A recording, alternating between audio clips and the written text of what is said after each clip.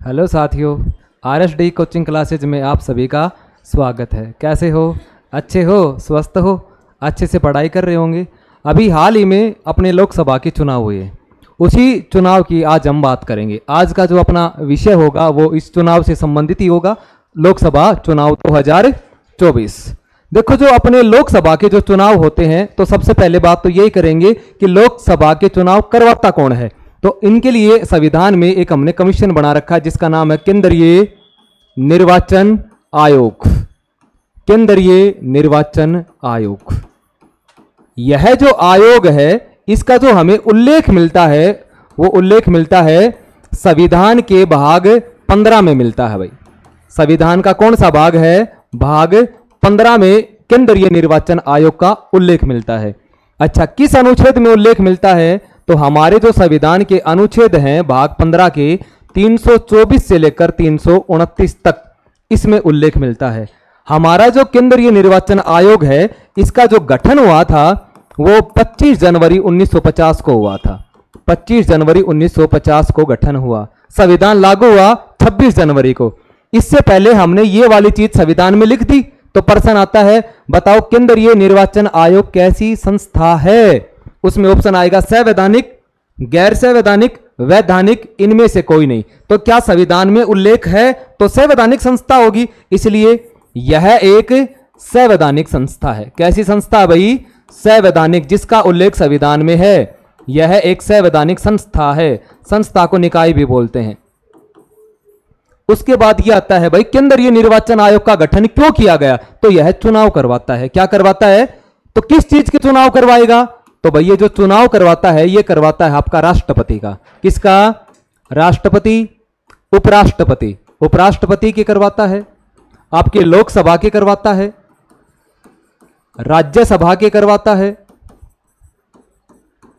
विधानसभा के करवाता है और विधान परिषद के करवाता है। ये सारे के सारे जो चुनाव है वो कौन करवाता है? केंद्रीय निर्वाचन आयोग।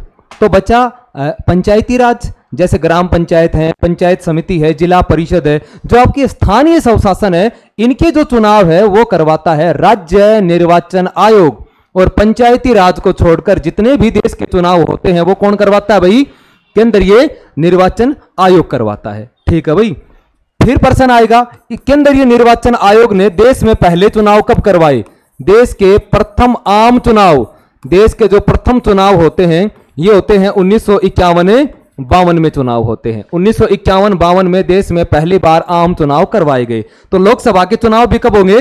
51-52 में पहली बार चुनाव हुए। फिर प्रथम चुनाव आयुक्त जो हमारे बनते हैं वो बनते हैं सुकुमार सेन। कौन बने भाई? सुकुमार सेन बने। अगला प्रश्न बनेगा, वर्तमान चुनाव आयुक्त कौन है? वर्तमान चुनाव आयुक्त, और वर्तमान चुनाव आयुक्त हैं वो है भाई राजीव कुमार। कौन है? राजीव कुमार हैं। ये चुनाव लोकसभा के चुनाव हुए। चुनाव करवाया किसने? केंद्रीय निर्वाचन आयोग। तो इसके बारे में क्वेश्चन बनते हैं। निर्वाचन आयोग है, भाग 15 में उल्लेख है, आर्टिकल 324 से 329 तक इसका उल्लेख किया गया है। गठन कब हुआ? जनवरी 1950 में हुआ। कैसी संस्था है? संवैधानिक संस्था है। क्या करवाता है? चुनाव करवाता है। किसके? राष्ट्रपति, उपराष्ट्रपति, लोकसभा, राज्यसभा, विधानसभा, विधान परिषद के। जबकि पंचायती राज के चुनाव करवाता है राज्य निर्वाचन आयोग करवाता है। देश में पहले चुनाव कब करवाए गए? 1951-52 में करवाए गए। देश के पहले चुनाव आयुक्त कौन बने? सुकुमार सेन बने। और देश के वर्तमान में चुनाव आयुक्त कौन है? आपके राजीव कुमार है। आगे देखो भाई, पहली बार आपके जो पहली बार या प्रथम पहली बार लोकसभा के जो चुनाव होते हैं, पहली बार लोकसभा चुनाव 1951-52 में हुए। कब हुए भाई? 1951-52 में पहली बार हमारे चुनाव होते हैं। ठीक है भाई। इस चुनाव में, अच्छा, ये जो चुनाव हुए कितनी सीटों पर हुए? मतलब इस समय लोकसभा सीट कितनी थी? इस समय आपके यह जो चुनाव होते हैं, इस समय यह चुनाव 489 सीटों पर हुए। कितनी सीटों पर हुए भाई? 489 सीटों पर हुए। देश के पहले लोकसभा के चुनाव 489 सीटों पर हुए। और इसमें किस पार्टी को बहुमत मिला था? कांग्रेस पार्टी को बहुमत मिला था। और आपके डॉक्टर सर, अगर मैं बात करूं जवाहरलाल नेहरू की अध्यक्षता में यहां पर आपकी सरकार बनी थी, वही आपके क्या बने थे, प्रधानमंत्री बने थे। इस लोकसभा का जो प्रथम अध्यक्ष बनता है, प्रथम लोकसभा अध्यक्ष, प्रथम लोकसभा अध्यक्ष जो बनता है वो बनता है आपका GV गणेश वासुदेव मावलकर। ये पहली लोकसभा के अध्यक्ष बनते हैं भाई। प्रश्न पूछ ले, प्रथम लोकसभा उपाध्यक्ष कौन बना, प्रथम लोकसभा उपाध्यक्ष, प्रथम लोकसभा उपाध्यक्ष ये बना आपका अनंत शयनम अयगर, अनंत शयनम अयगर। ये आपके लोकसभा के क्या बने, प्रथम उपाध्यक्ष बने। वर्तमान जो लोकसभा का अध्यक्ष है वो ओम बिड़ला है। ठीक है भाई, ये तो चुनाव आयोग से संबंधित बातें थी। वर्तमान में पढ़ेंगे हम लोकसभा चुनाव 2024 पढ़ेंगे भाई। देखो हम पढ़ेंगे लोकसभा चुनाव 2024, लोकसभा चुनाव 2024। देखो भाई लोकसभा चुनाव 2024 की क्या बातें हैं। पहली बात तो यही करेंगे, लोकसभा चुनाव 2024 है, यह कौन सी लोकसभा के चुनाव हो रहे हैं। तो भाई ये 70 कौन सा है, 18वां, कौन सा है, 18वीं लोकसभा के चुनाव है। कौन सी लोकसभा के, 18वीं लोकसभा के चुनाव है। अगली बात, ये जब हमारा चुनाव हुआ तो इसकी कोई ना कोई टैगलाइन होगी भाई। चुनाव होंगे उसकी घोषणा करेंगे, घोषणा करेंगे तो आदर्श वाक्य भी होगा। इस चुनाव की जो हमारी घोषणा होती है, घोषणा ये होती है 16 मार्च को। कब होती है, 16 मार्च 2024 को चुनाव की घोषणा की गई। इस चुनाव का जो हमारा आदर्श वाक्य है, टैगलाइन है, आदर्श वाक्य ये है चुनाव का पर्व, चुनाव का पर्व और देश का गर्व। ये हमारी चुनाव की टैगलाइन है भाई। ठीक है भाई, ये वाला चुनाव की टैगलाइन है। उसके बाद बात करेंगे जो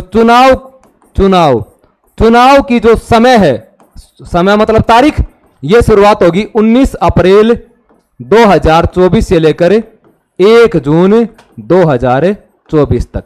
भाई चुनाव की तारीख क्या है, 19 अप्रैल से 1 जून तक आपके चुनाव होंगे। अच्छा कितना समय है टोटल, 44 दिन। कितना समय है, 44 दिन। बताओ चुनाव कितने दिन चले, 44 दिन। और विश्व का सबसे बड़ा चुनाव है ये। अच्छा विश्व का सबसे बड़ा चुनाव का मतलब ये है क्योंकि विश्व का सबसे बड़ा लोकतंत्र कौन सा है, भारत। और विश्व में सबसे ज्यादा वोटर भी कहां पर है, भारत। इसलिए विश्व का सबसे बड़ा लोकतंत्र और सर्वाधिक समय 44 दिन तक चला है भाई। ठीक है, उसके बाद देखो आप लोग, हमारे ये जब 44 दिन चुनाव चले, अच्छा ये जो चुनाव है ये कितने चरणों में चलेंगे, 7 चरणों में चलेंगे। चुनाव के कितने चरण है भाई, 7 चरणों में चुनाव होंगे।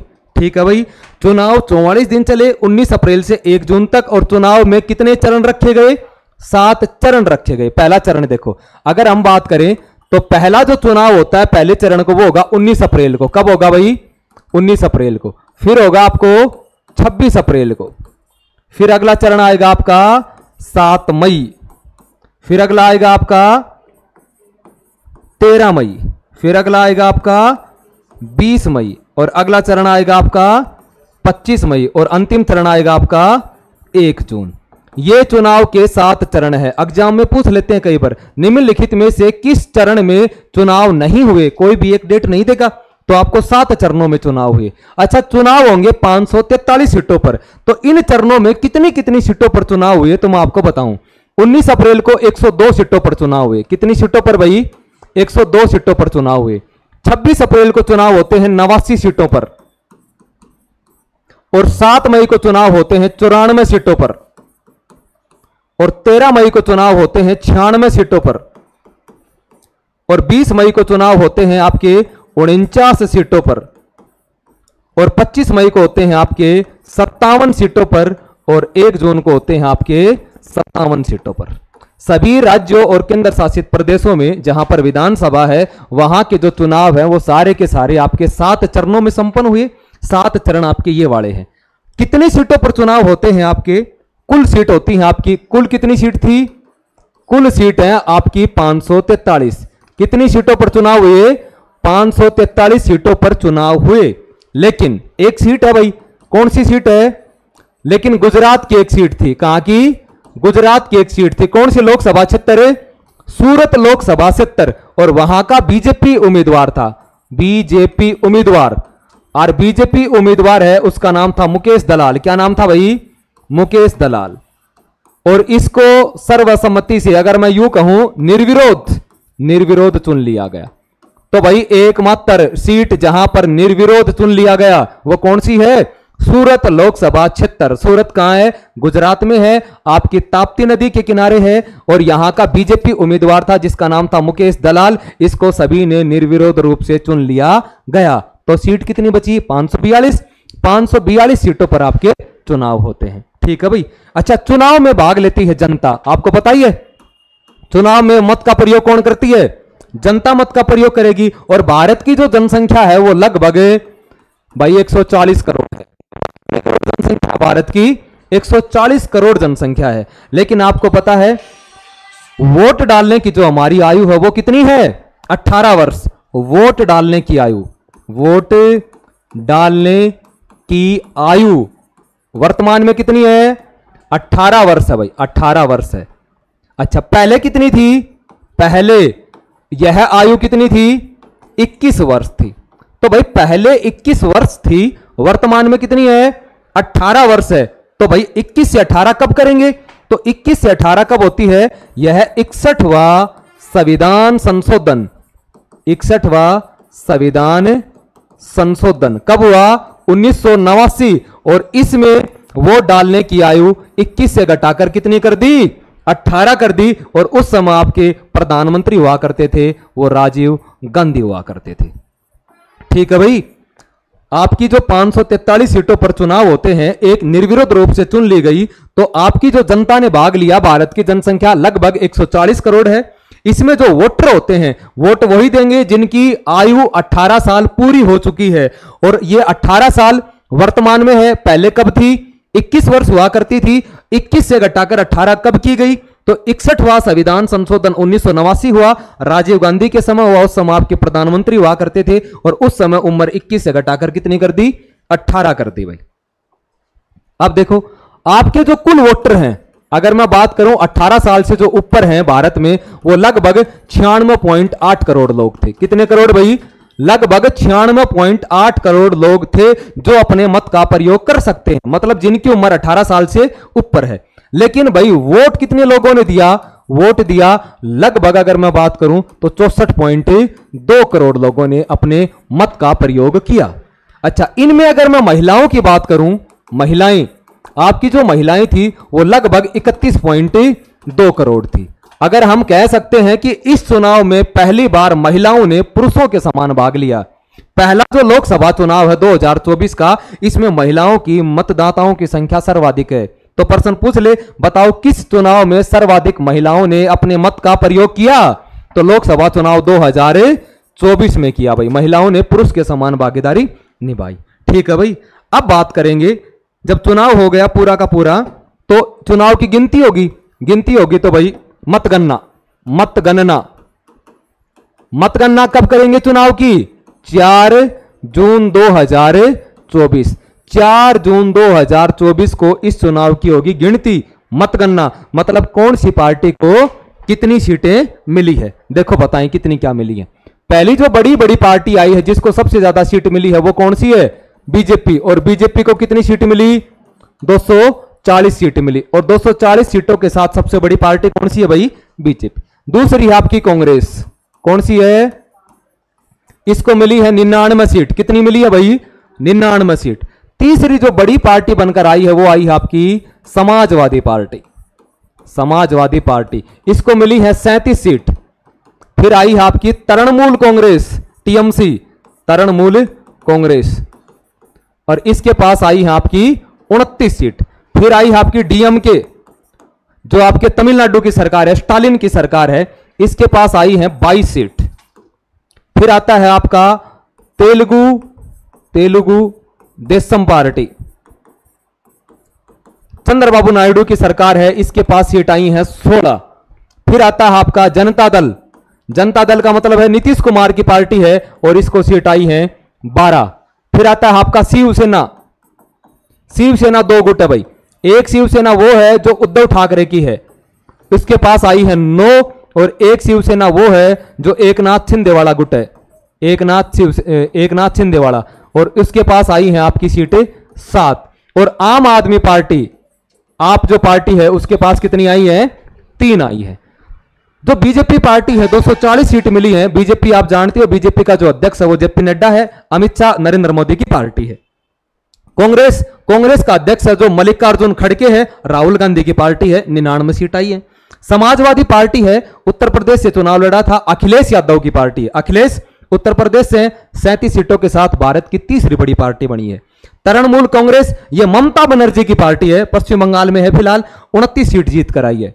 जो डीएमके पार्टी है, द्रविड़ मद्रुम कंडकम, ये जो पार्टी है ये तमिलनाडु में है, स्टालिन की पार्टी है, 22 सीट जीत कर आई है।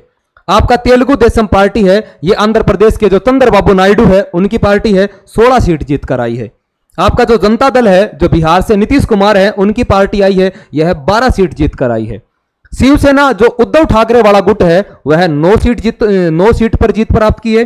और जो शिवसेना जो एकनाथ शिंदे के नेतृत्व में लड़ी थी उन्होंने 7 सीट प्राप्त की है।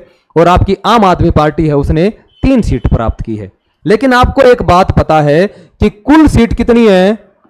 543। और बहुमत चाहिए 272। बहुमत कितने का चाहिए? 272 का बहुमत चाहिए। क्या किसी भी पार्टी को 272 सीट मिली है?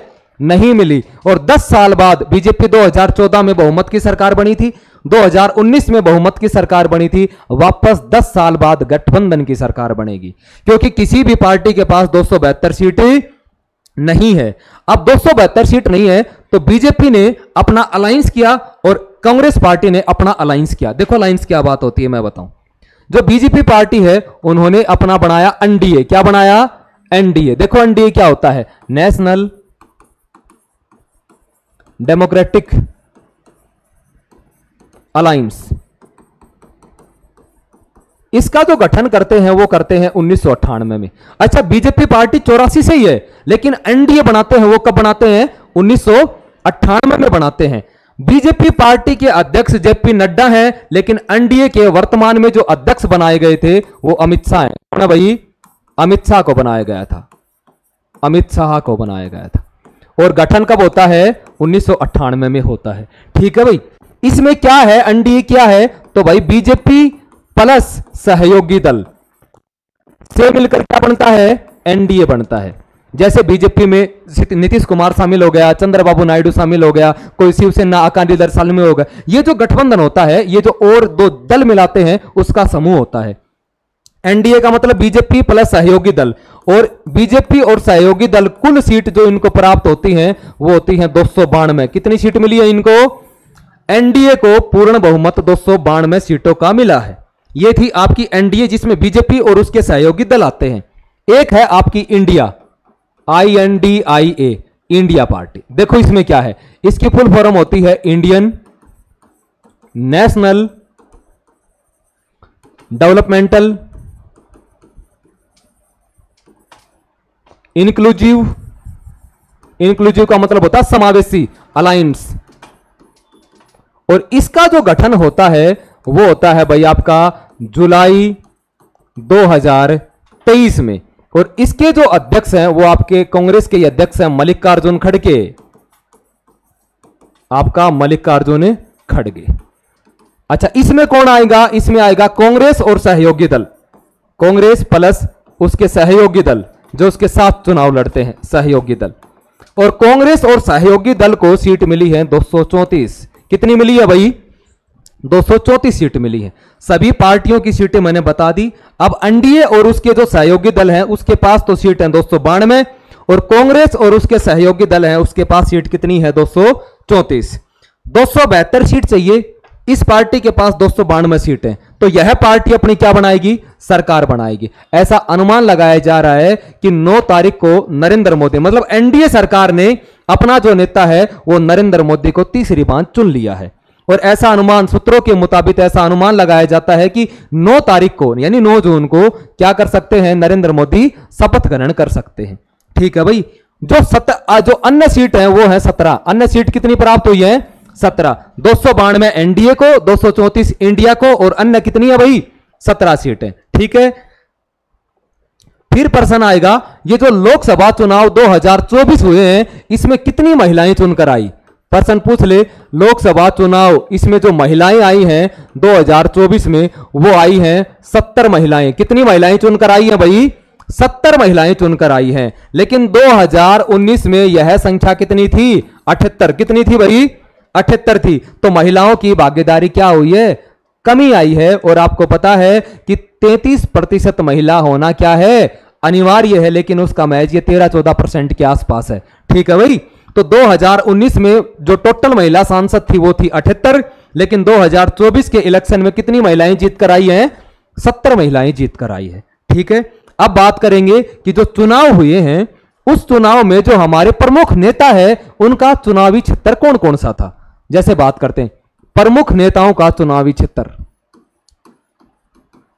प्रमुख नेताओं का चुनावी क्षेत्र कई बार पूछ लेते हैं। जैसे प्रश्न बनेगा ये नरेंद्र मोदी लोकसभा के किस क्षेत्र का प्रतिनिधित्व करते हैं, तो दो चार जो मेन नेता है उसके हम बता देते हैं। जैसे नरेंद्र मोदी लगातार अपने वाराणसी से लड़ते हैं, वाराणसी से, पहले वडोदरा से लड़ते थे, फिर वाराणसी से लड़ते थे, तो वाराणसी लोकसभा क्षेत्र है इसका। फिर बात करते हैं अमित शाह की। जो अमित शाह है यह गांधीनगर से चुनाव लड़ते हैं भाई, गांधीनगर से जीत गए भाई। मोदी भी जीत गया, अमित शाह भी जीत गए। आपके जो रक्षा मंत्री है राजनाथ सिंह, राजनाथ सिंह ये लखनऊ से चुनाव लड़ा भाई, जीत गया ये भी। बात करते हैं हेमा मालिनी, इन्होंने मथुरा से चुनाव लड़ा है, ये भी जीत गए भाई। बात करते हैं कंगना की, कंगना रनावत हिमाचल प्रदेश, मंडी से चुनाव लड़ा भाई, मंडी हिमाचल प्रदेश, ये भी जीत गई। बात करते हैं राहुल गांधी की, राहुल गांधी इन्होंने दो जगह से चुनाव लड़ा है, एक तो आपका रायबरेली उत्तर प्रदेश से और एक आपका वायनाड केरल से, दोनों जगह से ये चुनाव जीत गए राहुल गांधी। फिर हम बात करते हैं अखिलेश यादव की, अखिलेश ने चुनाव लड़ा है भाई कन्नौज से, ये भी जीत गया। अखिलेश की पत्नी है डिंपल, डिंपल ने चुनाव लड़ा है मैनपुरी से, ये भी जीत गई भाई मैनपुरी से। अब बात करते हैं अमेठी से, कहां से बात करेंगे? अमेठी। और अमेठी लोकसभा क्षेत्र है वो बीजेपी ने उतारी थी स्मृति ईरानी, किसको भाई? स्मृति ईरानी को। और अमेठी से बीजेपी नेता स्मृति ईरानी क्या हो गई? हार गई। तो भाई अमेठी से कौन जीता? तो अमेठी से जीतेगा आपका किशोरी लाल शर्मा। कौन जीतेगा? किशोरी लाल शर्मा। अमेठी से क्या हो गए भाई? ये जीत गए। और स्मृति ईरानी क्या हो गई? हार गए। ये इस साइड जो भी तमाम नेता है ये सारे के सारे जीत गए। स्मृति ईरानी अमेठी यूपी में जगह है, वहां से वो अपनी सीट नहीं बचा पाई, वो हार गई। प्रमुख नेताओं के क्या है भाई? ये लोकसभा क्षेत्र है। अब बात करते हैं आपके जो लोकसभा चुनाव 2024 हुए, इस चुनाव में कौन सर्वाधिक मतों के अंतर से जीता? मतलब सर्वाधिक मत किसको प्राप्त हुए? सर्वाधिक मतों से जीतने वाला, सर्वाधिक मतों से जीतने वाले देखो भाई कौन है सर्वाधिक मत, मतलब लोकसभा चुनाव 2024 में सबसे ज्यादा वोटों से कौन जीता? तो हम बात करते हैं, एक का नाम है शंकर लालवानी, शंकर लालवानी इंदौर से था भाई। कहां से था? इंदौर, इंदौर मध्य प्रदेश में है। इंदौर से बीजेपी नेता है। कौन सा नेता भाई? बीजेपी। और लगभग 11.72 लाख वोटों से जीत हासिल की है। तो सर्वाधिक मतों से जीतने वाला व्यक्ति कौन है? शंकर लालवानी, बीजेपी का है। इंदौर, इंदौर भारत का सबसे स्वस्थ शहर है। इंदौर से पहले सुमित्रा महाजन सांसद हुआ करती थी कांग्रेस की। ठीक है भाई। अगर मैं 2 नंबर की बात करूं तो 2 नंबर की बात करूं तो रकीबुल हुसैन, रकीबुल हुसैन ये दुबरी से चुनाव लड़ा था। जो दुबरी है वो आपके असम में पड़ती है भाई, दुबरी असम में है, असम का लोकसभा क्षेत्र। कांग्रेस का उम्मीदवार है भाई, कांग्रेस। और यह लगभग 10.12 लाख वोटों से जीतता है। 2 नंबर पे ये आदमी जीतता है। अगर मैं 3 नंबर की बात करूं तो 3 नंबर पे आपका शिवराज सिंह चौहान, जो मध्य प्रदेश का सीएम हुआ करता था, शिवराज सिंह चौहान। मध्य प्रदेश में एक लोकसभा सीट है विदिशा, विदिशा मध्य प्रदेश, यहां से चुनाव लड़ा था भाई, विदिशा मध्य प्रदेश, बीजेपी का है। और यह लगभग 8.21 लाख वोटों से जीता है। तो 2024 में सर्वाधिक मतों से जीतने वाले व्यक्ति कौन है? एक तो आपका शंकर लालवानी इंदौर से है और लगभग 11.72 लाख वोटों से जीत गया। रकीबुल हुसैन दुबरी से असम में है, कांग्रेस का है, 10.12 लाख वोटों से जीत गया। और 3 नंबर है शिवराज सिंह चौहान, मध्य प्रदेश से विदिशा से लड़ा था, भाजपा उम्मीदवार है और 8.21 लाख वोटों से जीत गया।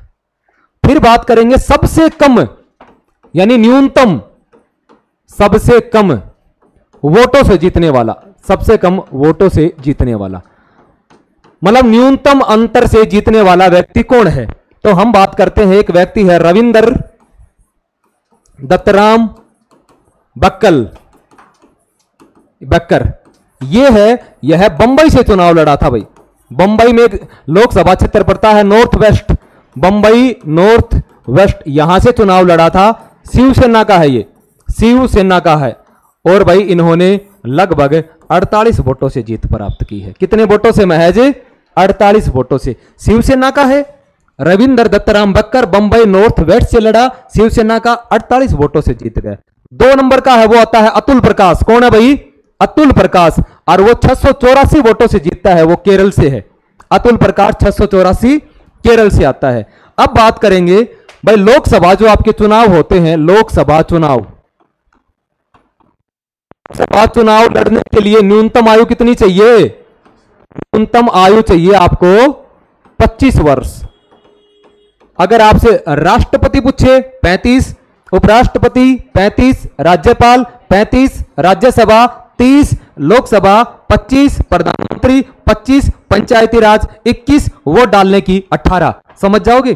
तो लोकसभा का जब चुनाव हुआ, लोगों ने अपने नामांकन पत्र भरे, जितने भी उम्मीदवार थे, तो उनकी आयु कितनी चाहिए? 25 वर्ष। अब प्रश्न यह बनेगा, सबसे कम आयु के जीतने वाले व्यक्ति। अच्छा, सिर्फ 2024 की बात कर रहे हैं कि 2024 के इलेक्शन में सबसे कम आयु के जीतने वाले व्यक्ति, सबसे कम आयु के जीतने वाले व्यक्ति कि सबसे कम आयु का कौन व्यक्ति सांसद बना या कौन जीत कर आया। तो हम बात करते हैं, 1 नंबर पर आता आपका पुष्पेंद्र सरोज। इनका जो लोकसभा क्षेत्र था वो था आपका कौशाम्बी था भाई। और यह महज कितने साल की उम्र में जीत गए? 25 साल। योग्यता भी कितनी चाहिए? तो 25 साल की उम्र में ये सांसद बन चुके हैं। दूसरी बात करते हैं तो आती है प्रिया सरोज। इनका जो लोकसभा क्षेत्र है वो है मछली शहर या मछली नगर, एक ही बात है भाई। और ये भी कितने साल की उम्र में जीत गई? 25 साल। 25 साल की उम्र में ही, सबसे कम आयु में ही क्या हो गई? सांसद बन गई। और बात करूं तो एक आता आपका भाई सुभावी चौधरी। संभावी है भाई, क्या है ये? संभावी चौधरी। इसका जो लोकसभा क्षेत्र पड़ता है वो पड़ता है समस्तीपुर। और ये भी कितने साल की उम्र में जीत गई? 25 साल की उम्र में जीत गई। आपका 4 नंबर आता है, वो आता है संजना चौधरी भरतपुर से। कहां से भाई? भरतपुर से। 26 साल भरतपुर से, और ये 26 साल की उम्र में जीत गई। प्रश्न आएगा, बताओ 2024 के लोकसभा चुनाव में सबसे कम आयु का व्यक्ति कौन चुना गया? तो ये 4 व्यक्ति हैं भाई, समझ जाओगे। 25 साल का पुष्पेंद्र सरोज, प्रिया सरोज 25 साल की, संजना चौधरी 26 साल की, और आपका है संभावी चौधरी, ये भी 25 साल की। ये 4 कैंडिडेट थे और लोकसभा के लिए उम्र भी कितनी चाहिए थी? 25 ही साल चाहिए थी। ठीक है भाई। अब बात करते हैं कि जो आपके लोकसभा चुनाव हुए हैं, इस लोकसभा चुनाव के साथ साथ 4 राज्यों में विधानसभा चुनाव भी हुए हैं। कितने राज्यों में? 4 राज्यों में विधानसभा चुनाव भी हुए हैं। 4 राज्यों में विधानसभा चुनाव हुए हैं। लोकसभा चुनाव पूरे भारत में थे। लोकसभा चुनाव के साथ साथ पूरे भारत में क्या हुए हैं? 4 राज्यों में विधानसभा चुनाव हुए हैं। वो 4 राज्य कौन कौन से हैं? देखो भाई, एक राज्य है आपका सिक्किम। कौन सा राज्य है? सिक्किम में हुआ। एक हुआ आपका अरुणाचल में हुआ, अरुणाचल प्रदेश में। एक आपका आंध्र प्रदेश में चुनाव हुए, और एक आपके हुए उड़ीसा में। ये प्रश्न आता है, बताओ हाल ही में लोकसभा चुनाव के साथ साथ कितने राज्यों में चुनाव हुए? तो 4 राज्यों में चुनाव हुए। तो इन राज्यों की विधानसभा सीट पूछेगा। इन राज्यों की जो विधानसभा सीट है वो कितनी है, मैं बताता हूं आपको। विधानसभा सीट सिक्किम है, इसकी जो विधानसभा सीट है वो कितनी है? 32। अरुणाचल की विधानसभा सीट कितनी है? 60। और आंध्र प्रदेश की विधानसभा सीट कितनी है? 175। और उड़ीसा की विधानसभा सीट कितनी है? 147 है। ठीक है भाई। हाल ही में लोकसभा चुनाव के साथ साथ 4 राज्यों में भी क्या हुए? आपके विधानसभा चुनाव हुए। अब आपको पता है कि जो एनडीए सरकार है और एनडीए ने अपना नेता चुना है नरेंद्र मोदी को, नरेंद्र मोदी को। और एनडीए के पास जो सीट है वो कितनी है? 292 फिलहाल गठबंधन के साथ साथ। एनडीए ने अपना नेता नरेंद्र मोदी को चुन लिया तो देश के नेहरू के बाद लगातार तीसरे कार्यकाल के लिए चुने जाने वाले दूसरे प्रधानमंत्री कौन बनेंगे? आपके नरेंद्र मोदी बनेंगे। लेकिन शपथ ऐसा कह रहे हैं कि कब लेंगे? 9 तारीख को। 9 तारीख को शपथ लेंगे तो पूरा कैबिनेट होगा। वो कैबिनेट की बातें हैं हम आपको शपथ ग्रहण करने के बाद बताएंगे। ये थे आपके लोकसभा चुनाव 2024। Thank you.